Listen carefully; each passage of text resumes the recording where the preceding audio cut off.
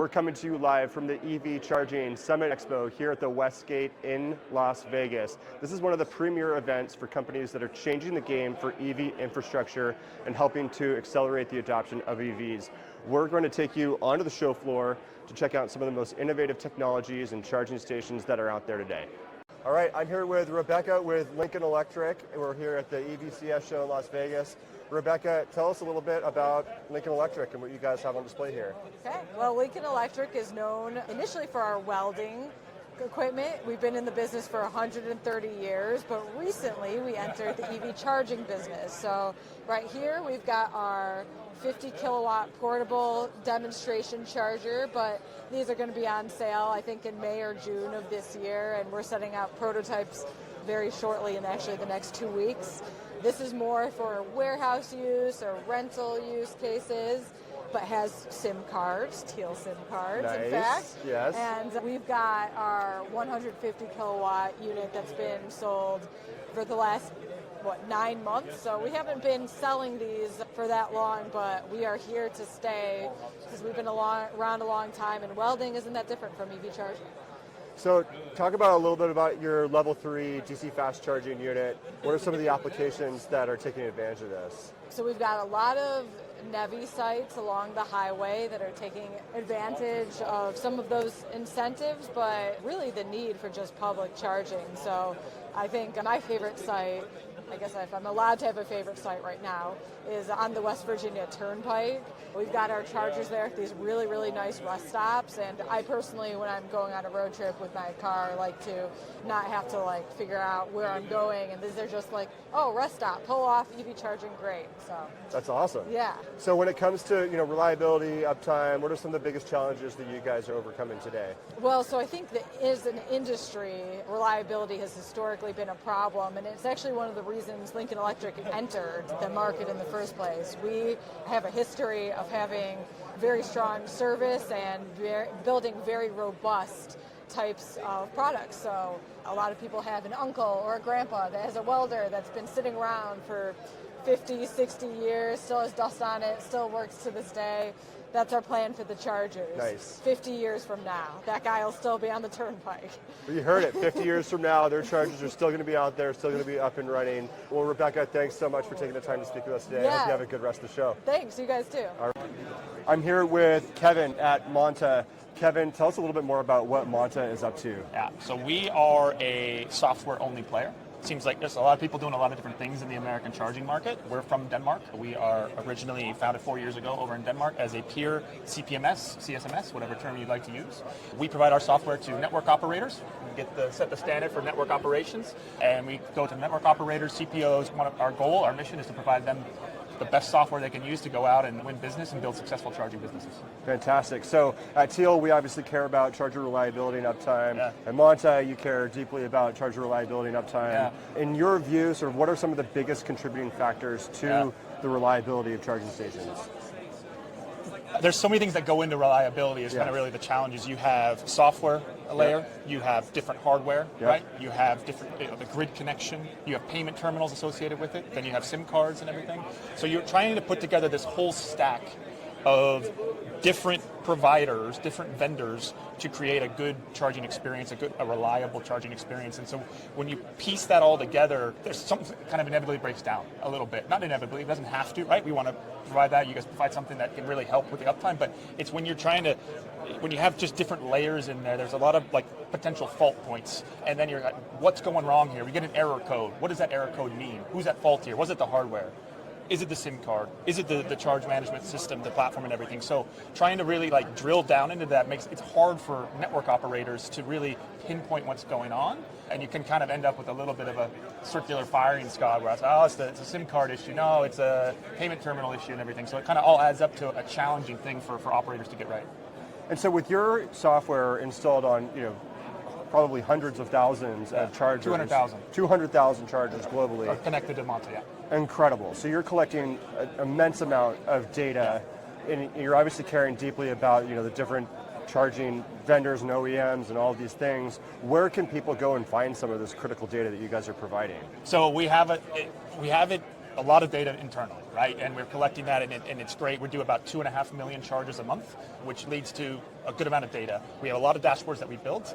One of the things that Casper and myself, Casper, our CEO, we're really trying to make this data available. We're not like sharing the dashboard publicly, but like, hey, we want to push this industry to be better and have better performance. So let's say, here's the top 3 DC performing chargers. Here's the success rate.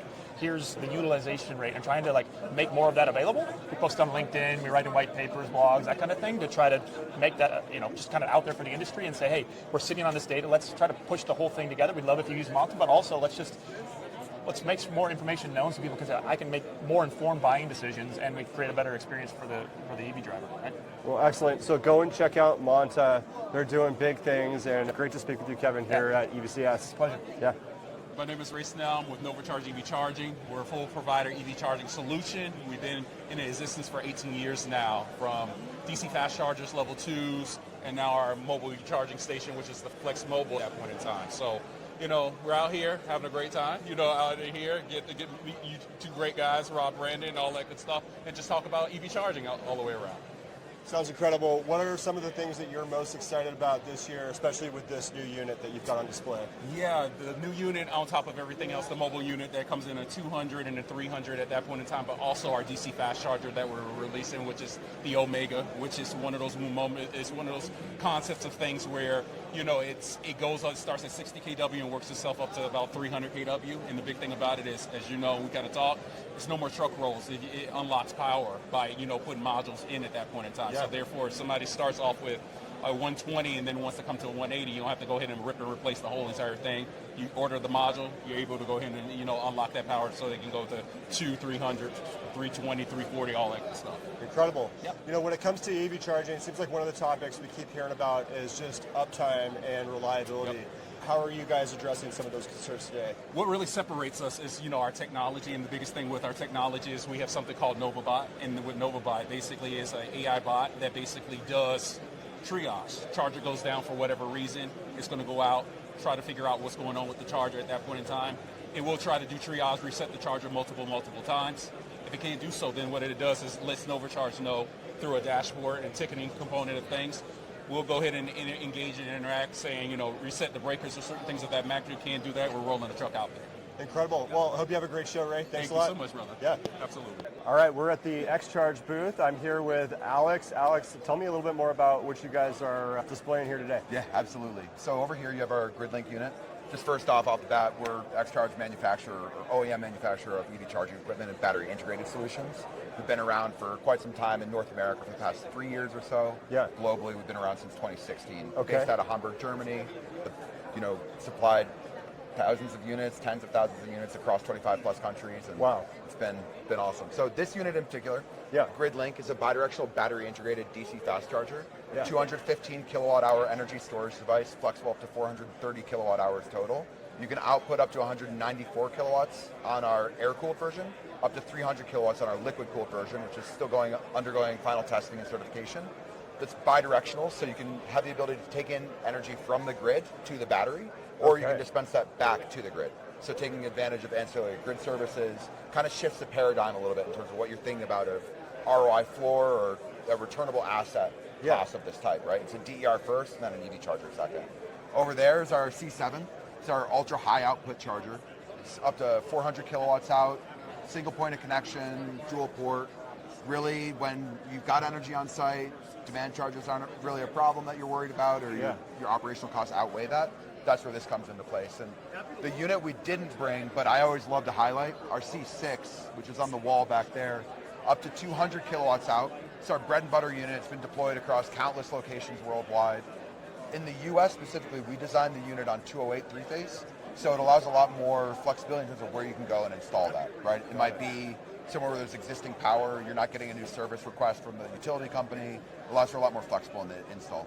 We function all on a single point of connection. We find it a lot more reliable as far as the install and how we're thinking of that way.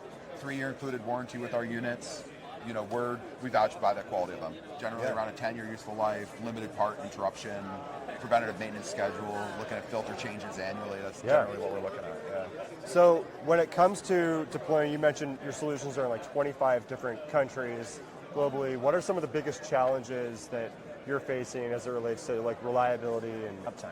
Yeah, I mean, I think first and foremost in terms of the reliability and uptime piece, it's understanding your site constraints, right, and like what you're operating under. Yeah. For our units, we stand by the quality of them, right? We have a 3-year included warranty. Issues that our customers are encountering, they can get in touch with our after sales team immediately. Yeah. Somebody will respond to them within 48 hours. Generally, 24 hours for a response. Yeah. 48 hours solution or diagnosis, and if there's physical intervention needed, we'll get somebody out on site, either ourselves or through a network of our partner technician network. Yeah. So that's what we see in terms of keeping units up and reliable.